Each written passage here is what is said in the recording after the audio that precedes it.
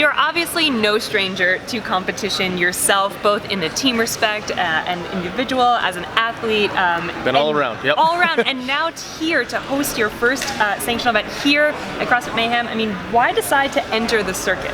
Yeah, I mean, obviously we know I'm not going to be able to compete for forever. The time is undefeated, and so you know, I'm gonna have to figure out where I fit into the whole grand scheme of things after I'm done competing. And so I feel like this is a good stepping stone. You know, luckily we had a great team that did 99% of everything. I basically just wrote the workouts, tested the workouts a lot.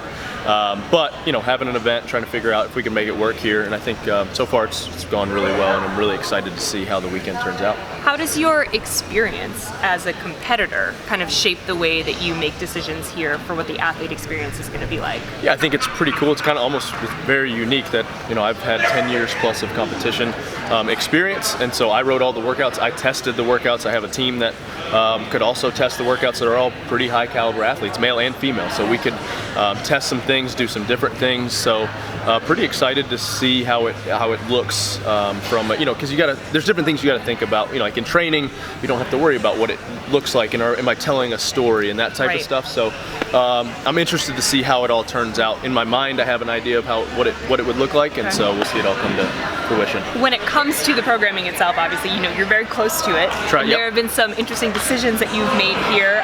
Lack of barbells to begin with. Yeah.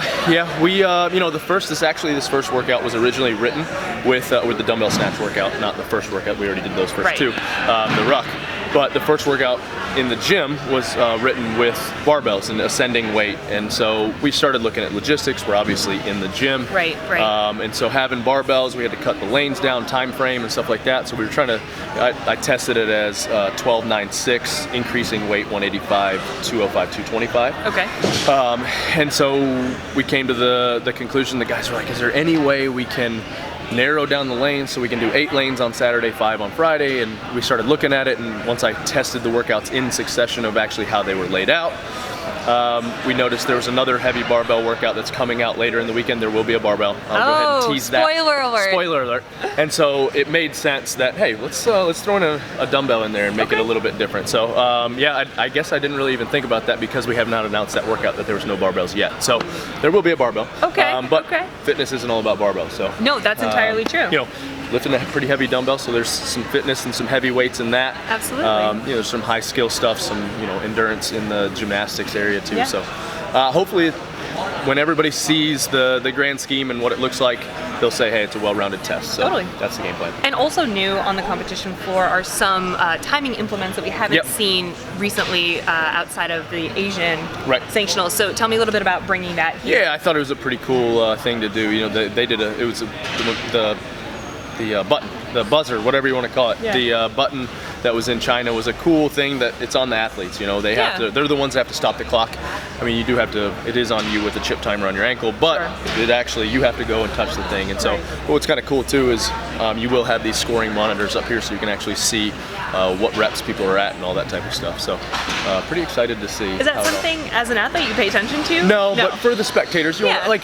You will be able to see kind of where everybody's at because you got to move dumbbells and all that type of stuff, or move your, you know, when you're doing your double unders in the rope climb workout, you're gonna have to move, so you'll be able to see, but it's just another layer. You know, we want to make it a little bit more spectator friendly. Totally. And it'll be cool. Speaking of, there are not going to be a lot of spectators in that this is a very intimate environment. Very intimate. Yeah, I mean we're in the gym, and it's a big gym, but it's not a big facility for anything other than gym. So yeah, that'll be very intimate, and that's kind of, you know, people were a little upset ticket prices were a little high, but we only have 200 tickets, so 250 I think if you go to the VIP area as well. So I think it'll be cool. I think it'll be rocking in here, and I'm looking forward to feeling that energy. It'll feel tight, but it'll be cool. Cool.